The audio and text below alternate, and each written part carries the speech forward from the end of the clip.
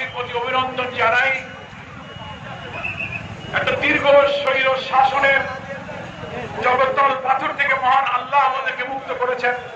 বাগেরহাটবাসী এটা মানেনি, সেনাপ্রধানও মানেনি বলেই তো তারা আমাদেরকে ডেকেছে।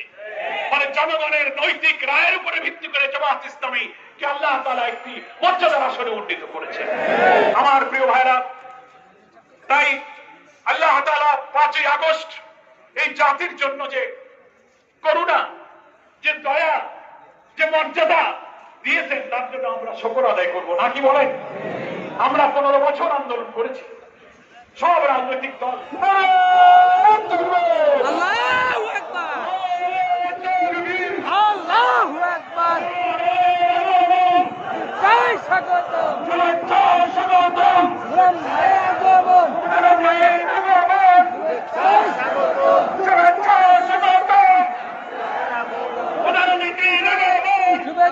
স্বাগতম।